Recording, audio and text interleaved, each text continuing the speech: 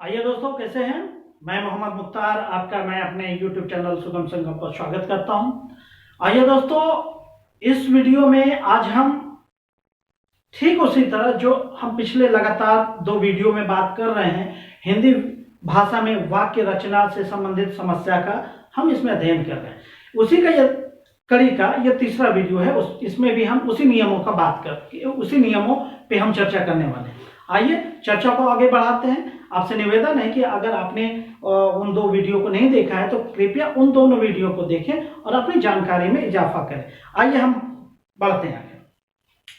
देखिए दोस्तों, एक स्थिति यह होता है कि वाक्य में कर्ता एक है लेकिन कर्म एक से अधिक है, लेकिन उसमें वो जो कर्म है वो एक ही लिंग और एक ही वचन में होता, मतलब वो समान लिंग और समान वचन में होता है, लेकिन शर्त है एक वचन में हो, पुल्लिंग में हो तो क्रिया पुल्लिंग होगी। कर्म यदि एक वचन में और स्त्रीलिंग है तो क्रिया एक वचन और स्त्रीलिंग में होगा। आइए इस नियम को हम देखते हैं।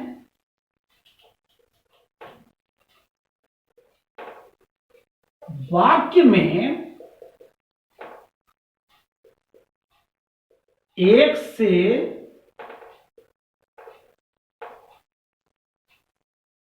अधिक कर्म एक वचन और पुल्लिंग में है तो, अब इसको पुल्लिंग में है लेकिन वो विभक्ति रहित है, ये याद रखिए दोस्तों। पुल्लिंग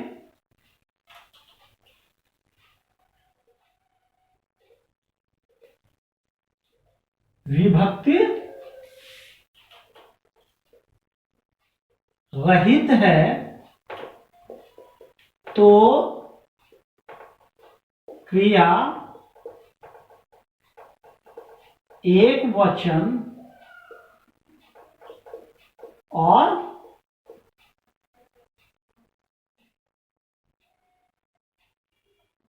पुल्लिंग होगा।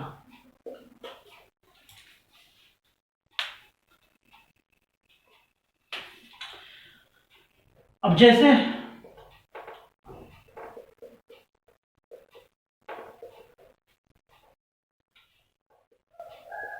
राम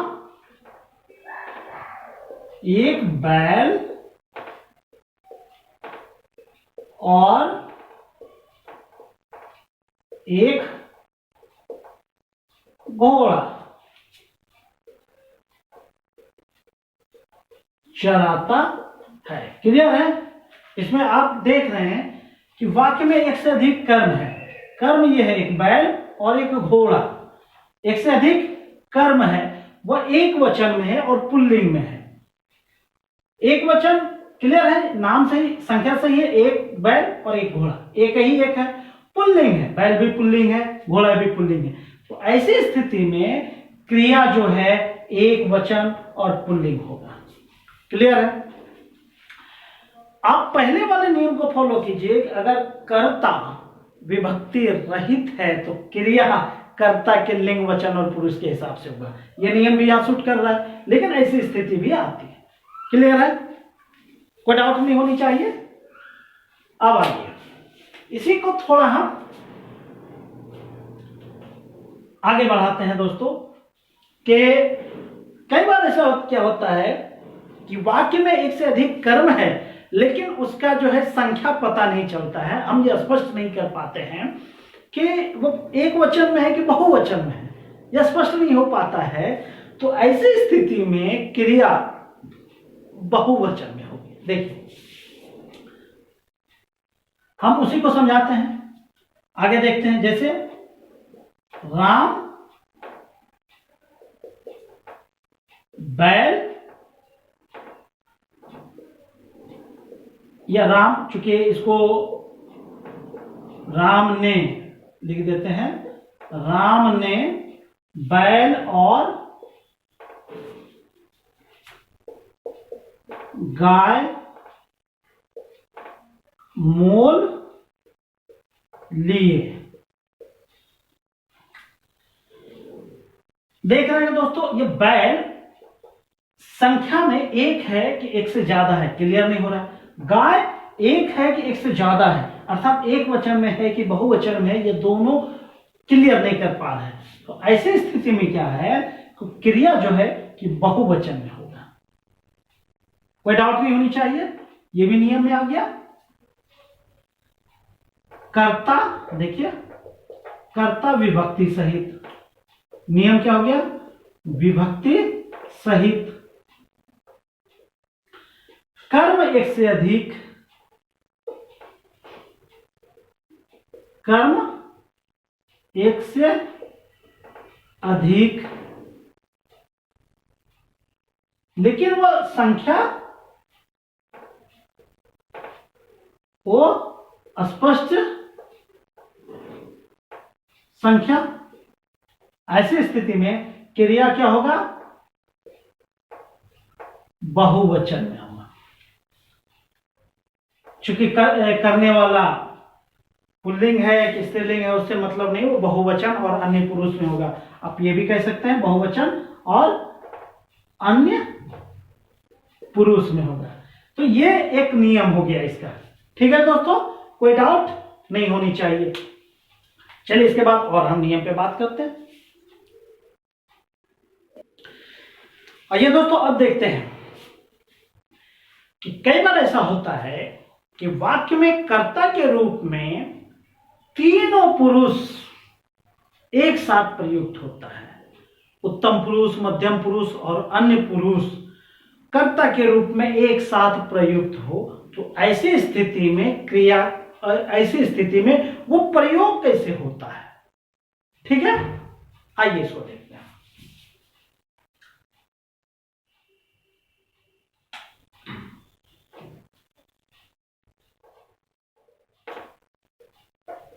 वाक्य में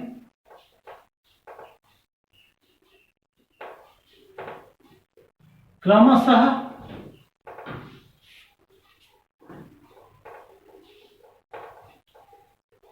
मध्यम पुरुष,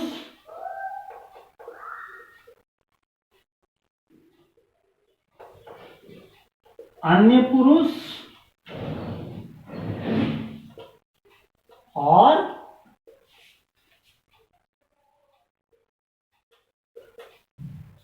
उत्तम पुरुष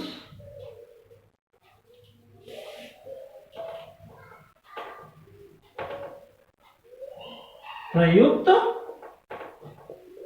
होते हैं।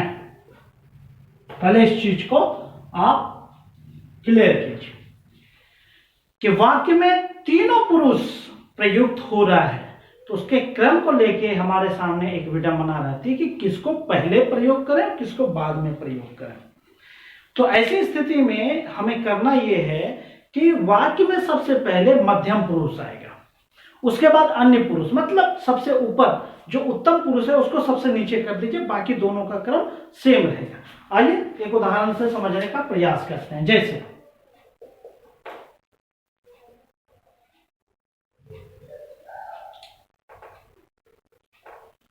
तुम, वह और मैं जाऊंगा, ये एक प्रमुख वाक्य है और अक्सर परीक्षाओं में वाक्य संशोधन के क्रम में हमसे पूछा जाता है। तो इसको भी आपको ध्यान में रखना है दोस्तों, और वो ये कि देखिए क्रम सा प्रयोग करना है। मध्यम पुरुष पहले आएगा, अन्य पुरुष उसके बाद, और सबसे अंत में उत्तम पुरुष आएगा।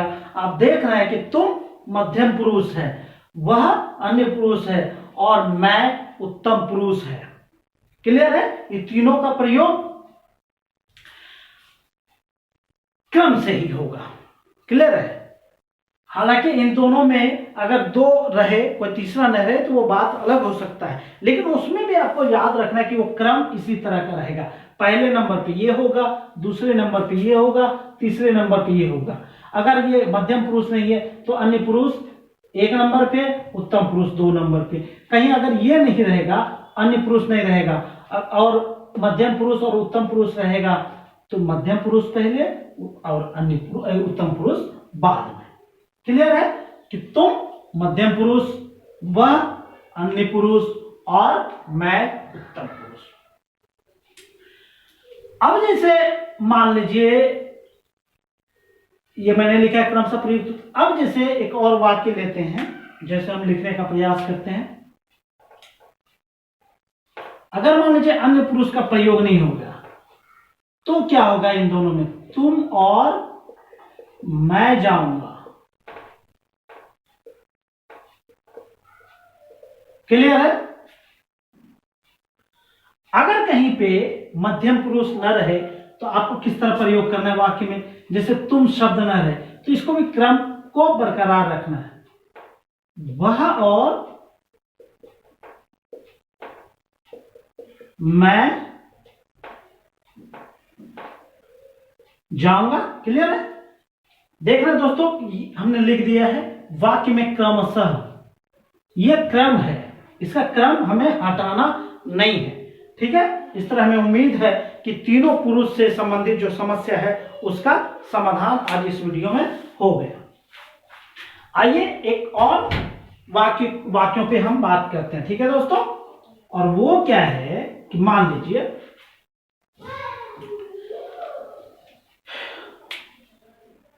अब जैसे कुछ और शब्द है इस तरह का, हमने आज जो है कि प्रमुख जो नियम है उस पर हमने बात कर ली। अब कुछ ऐसे शब्द हैं जिसको हम वाक्य संशोधन के वाक्य रचना के क्रम में प्रयोग करते हैं, लेकिन उसमें भी किसका करना है किसका नहीं करना है उस पर हम इसी वीडियो में बात करते हैं। जैसे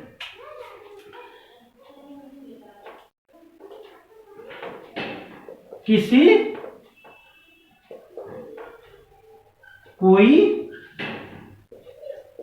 और भी, ये 3 शब्द है जिसका हम वाक्यों में प्रयोग करते हैं। ठीक है? अब जैसे एक वाक्य हम लिखते हैं और उसके द्वारा हम इसको समझने का प्रयास करते हैं। जैसे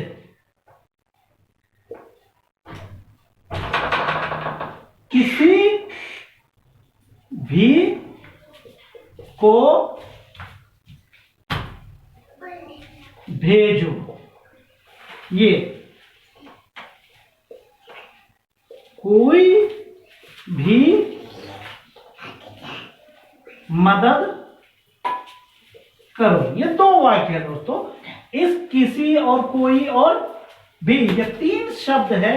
तीनों शब्द का हम बात करें, पहले तो इन दोनों को समझना है। किसी और कोई, किसी और कोई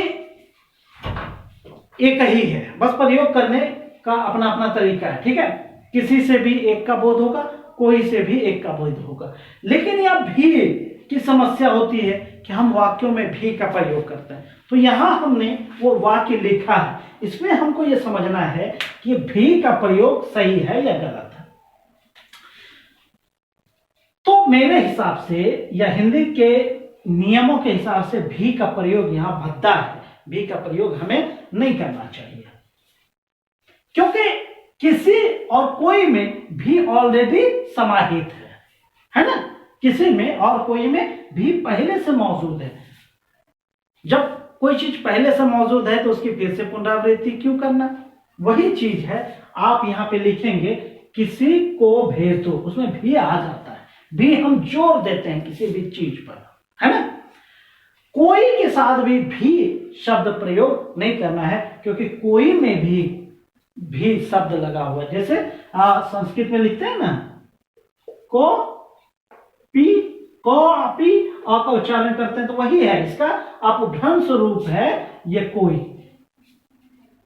तो क्लियर है कि आज के बाद आप वाक्य में भी का प्रयोग सोच समझकर करेंगे, किसी और कोई के साथ तो बिल्कुल भी नहीं।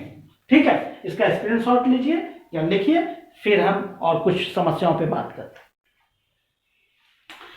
आइए दोस्तों, वाक्य रचना में एक मेरे या हम लोगों के द्वारा एक समस्या ये होती है कि द्वारा और से का। आप देखेंगे कि दोनों का प्रयोग सेम है, समान है, लेकिन दोनों में फिर भी वाक्य रचना के क्रम में आपको एक समस्या आती है और उसको ध्यान में रखना जरूरी है। पहली बात तो इस से को आप समझ रहे हैं कि से क्या है, एक अपादान कारक में भी है और करण कारक में भी है। इससे जुदाई और मिलन दोनों का बोध होता है, ठीक है। लेकिन यहां पे हम इसको मिलन के रूप में लेते हैं कि द्वारा और से का प्रयोग करना है। तो मिलन और जुदाई में वो तो अंतर आप बता ही सकते हैं, ठीक है। अब यहां पे देखते हैं कि दोनों में क्या अंतर है। यह द्वारा का प्रयोग व्यक्ति के अर्थ में होगा।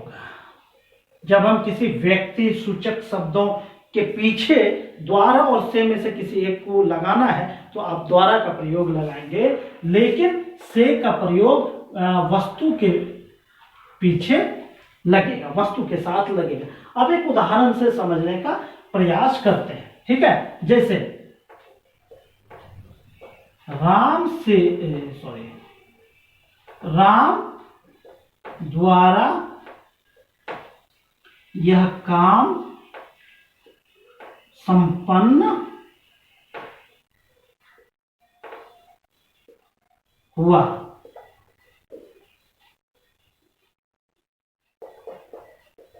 मैं बस से घर गया। युद्ध से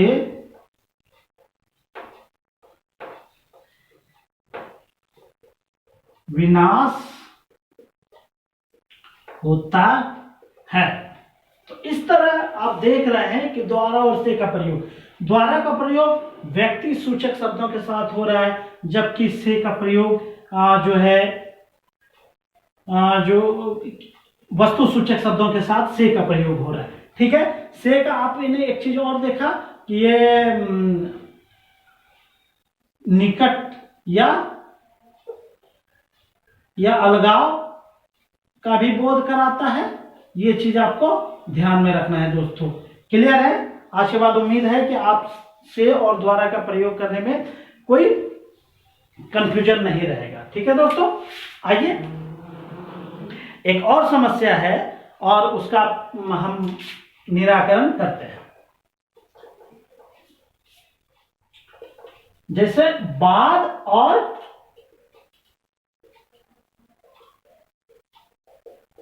पीछे, ये बाद और पीछे का प्रयोग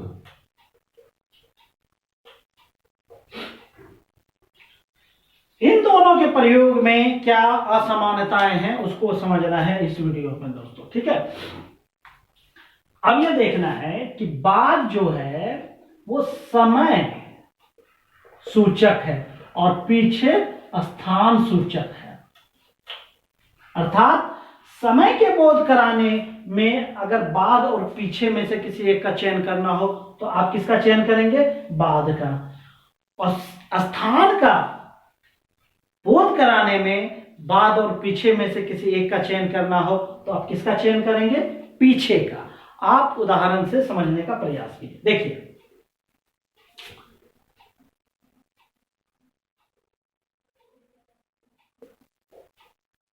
कल के बाद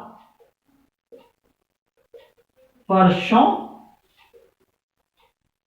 आता है।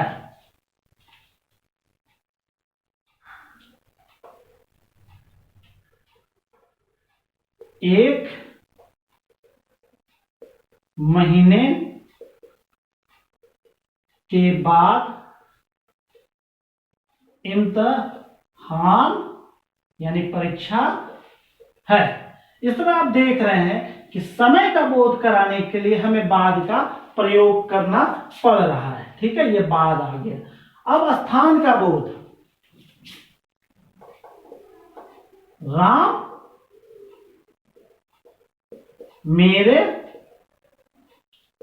पीछे आया। ये पीछे, चूंकि ये समय का बोध करा रहे हैं, राम पीछे नहीं होगा, वो मतलब समय का बोध करा रहे हैं, इसलिए पीछे बैठा है। ये हुआ, क्योंकि आया में बाद लगेगा कि राम मेरे बाद आया, इस तरह का होगा। अब जैसे और लीजिए,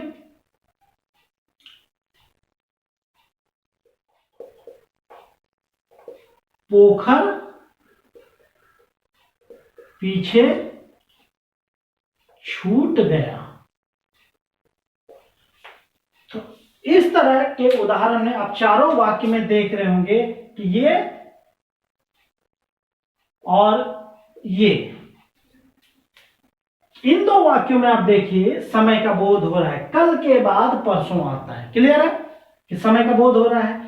1 महीने के बाद इम्तहान है, यहां भी समय का बोध हो रहा है। लेकिन स्थान का बोध कराने में कि राम मेरे पीछे बैठा है, स्थान है मैं जहां बैठा हूं उसके पीछे, मतलब दूरी और स्थान का बोध हो रहा है। पोखर पीछे छूट गया, अर्थात मैं जहां खड़ा हूं उससे पीछे ही, या मैं जहां पहुंच गया उसके पीछे ही पोखर छूट गया। तो इस तरह बाद और पीछे में कोई कंफ्यूजन नहीं रहना चाहिए।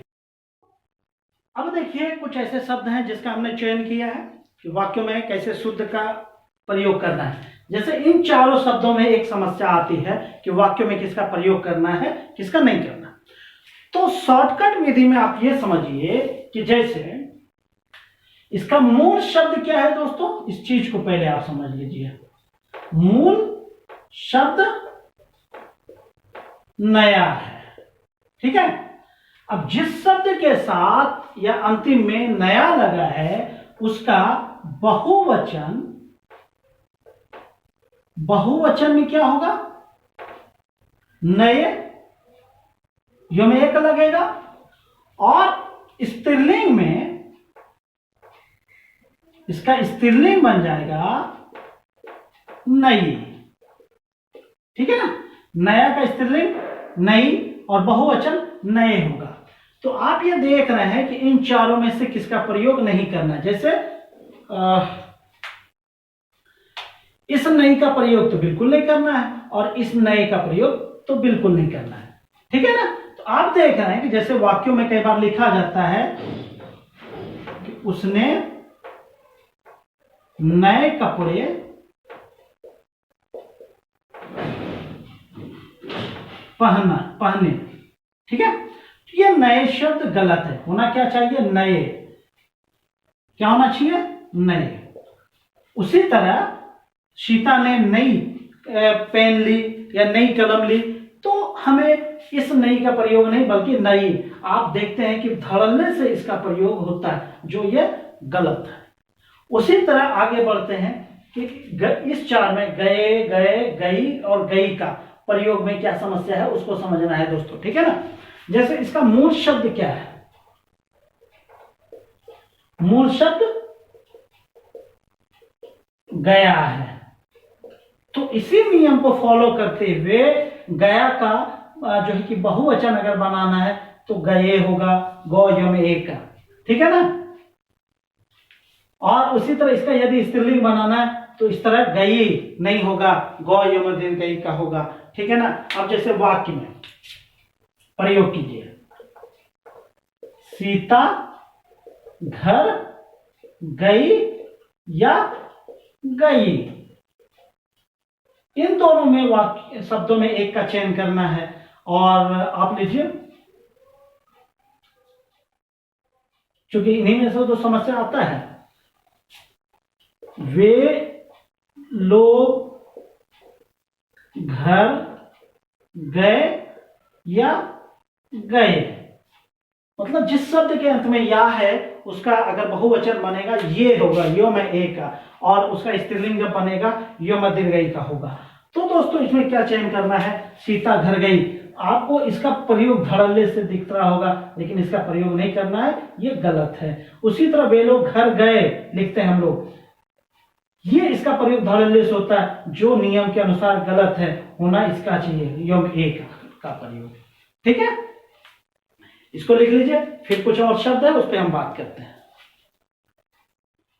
आइए दोस्तों, अब देखिए दो शब्द और लिखे हैं यहाँ पे। एक देख रहे हैं कुमासी का यो में ए का और कुहसी का ए, ठीक है।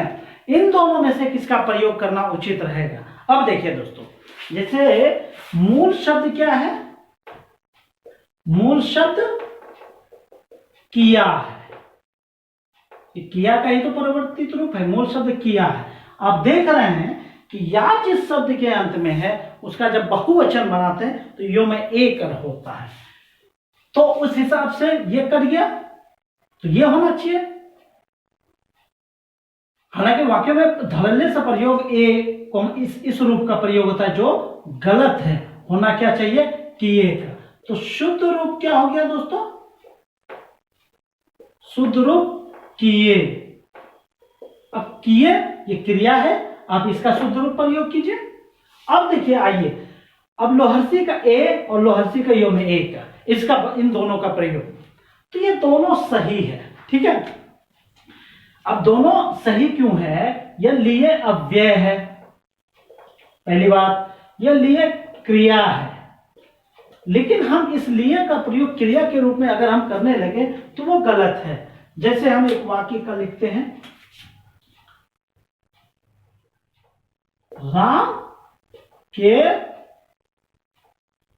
लिए या लिए पुस्तक लो। क्योंकि राम के लिए अव्यय है और कारक के रूप में प्रयोग हो रहा है, तो दोस्तों ये कट जाएगा, ठीक है। राम के लिए ये आ जाएगा, ये वाला आ जाएगा, ठीक है ना।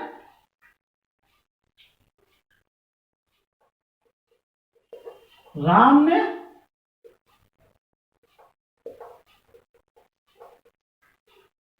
पुस्तक